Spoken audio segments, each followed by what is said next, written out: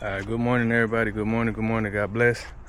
Today we're doing a change out for a reliable. We're putting in Trane R454. So let's get started. Ooh, these steps, they be getting to me. At least we don't gotta bring down no staircase.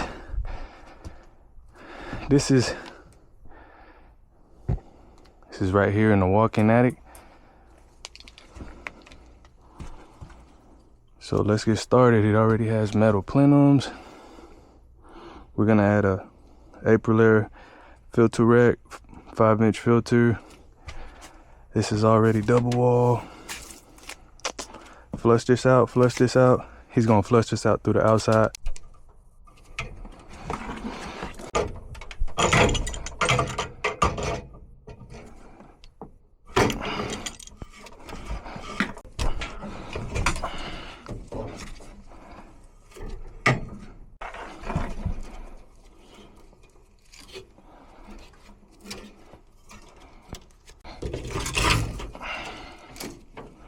Put this right here so I don't lose it.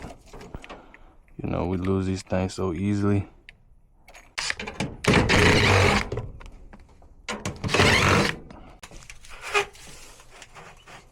Okay. All right. Just trying to see how it's wired in, because we're going back with a smart Ecobee. So they got a common. All right, everything's normal.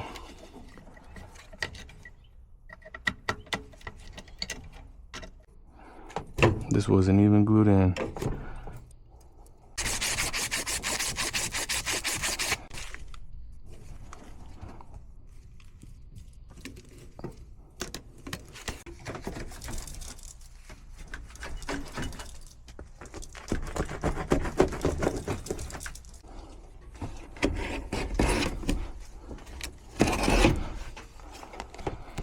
They really did mastic the heck out of this. There's mastic on the inside.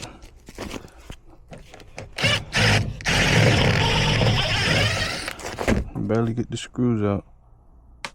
I hate it when people do stuff like this. It looks so ugly, so tacky. Finally got the coil out.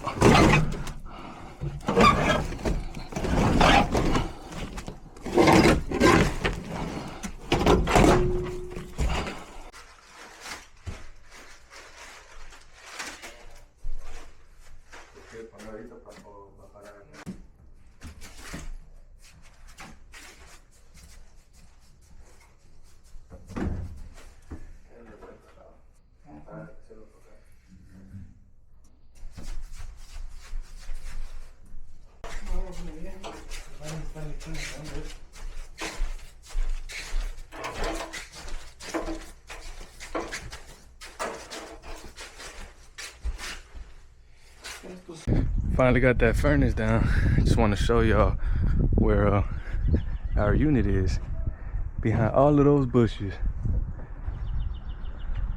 I guess I could say the good thing is it's this one right here, the very far one to the right. So we're gonna have to pick that thing up.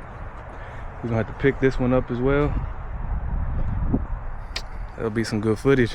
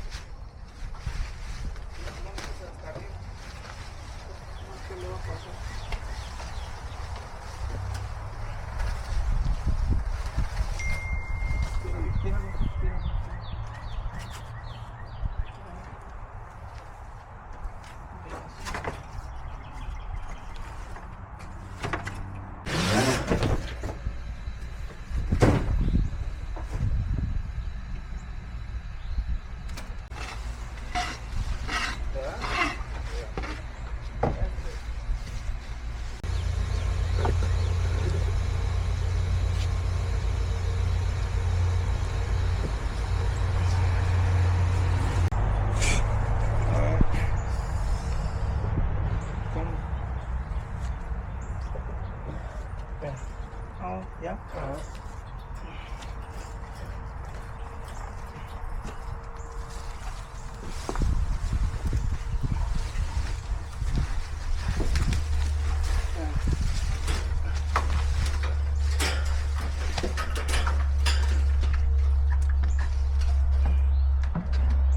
Okay guys, we got the furnace up here.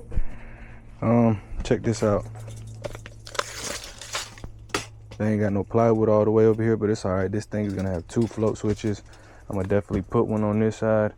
I might put both of them on this side just because of that small piece of missing plywood. And I'm about to get this furnace in. I just can't put that 5-inch filter rack, so I'm gonna put the furnace in first and then put everything in here.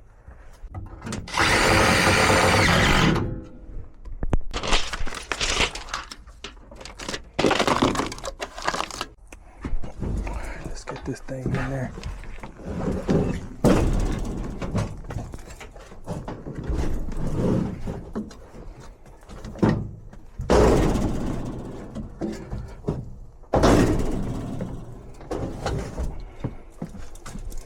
All right, so we got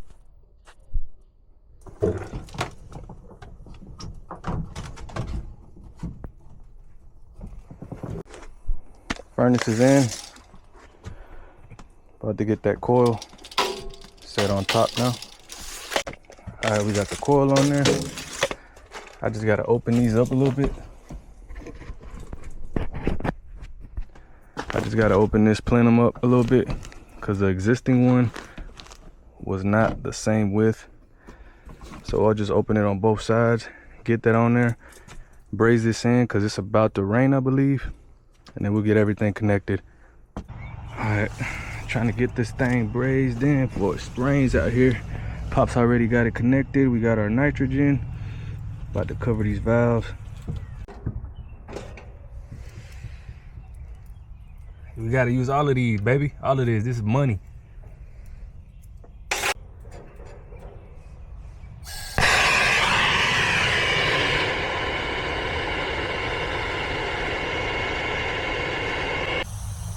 All right, so we're brazed inside, brazed out here. Add some nitrogen so we could pressure test this thing.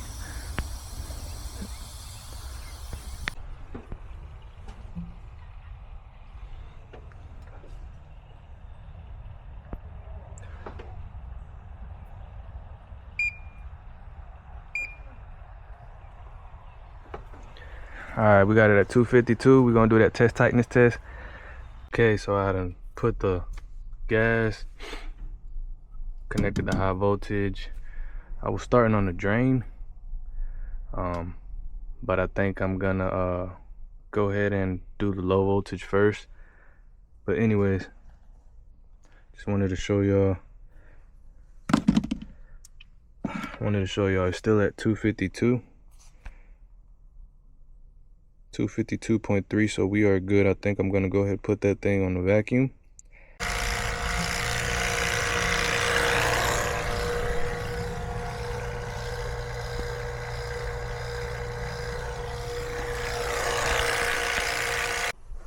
All right guys, I hope I'm getting a good angle. We got the vacuum going, so Pops is watching that thing is dropping. We're gonna go ahead and connect this dissipation board. There's an extra step we got to take in our low voltage wire now with these systems. So we'll go ahead and connect this. This is a Trane. I still haven't done the brand that I installed, which is Bryant. I haven't done a gas unit, so I don't know if the dissipation board comes on the coil or what. Okay, so this is what it's looking like. We got that silicone right there. We got that silicone right there too.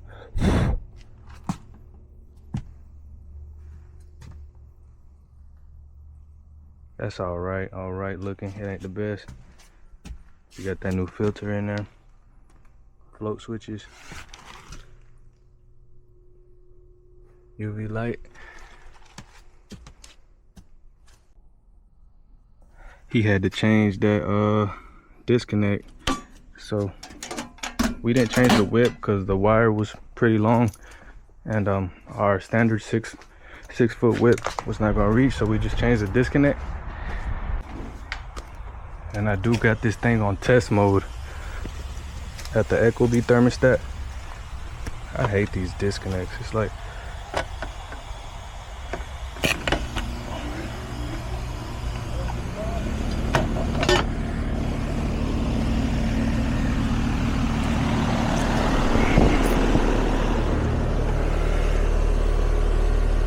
switch this to R454B, and we're gonna let that sit for a little while.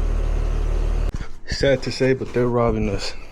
I'm just joking, folks, but this is the Pressures R454. Look at that superheat. Look how low that pressure is. It's been about 5 minutes, so I'm about to go ahead and put some in it before it freezes up.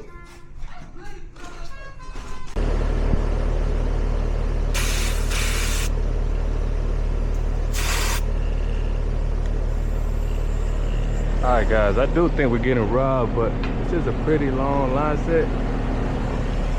And I don't know, it should come pre-charged for 15 feet. But in this case, so we'll add a little bit and we'll see what we do. I'm sorry, we'll see what the pressures look like. We'll give it a little while. Alright, so we're about 4 minutes that I put it in. It got up to 95. Saturation temperature's at 34. Subcool is at 1.6. Superheat drop. I'm gonna add some more to it. We are definitely getting robbed, folks. The refrigerant, this R454, is about to cost $1,000 a jug.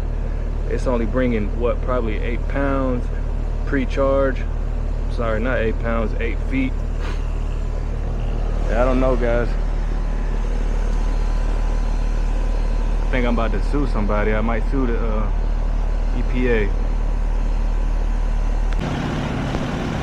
All right, folks, another about 4 to 5 minutes. I guess the rumors were true. You do need more gas with this new refrigerant. This thing's at 2.2, 28 degrees subcool. I mean superheat, 2 degrees subcool. Man, this refrigerant costs like $1,000 right now. I mean, that's what I'm hearing. I got, the last time I got this jug, I got it for $455. I just bought another 2 jugs. They were $447.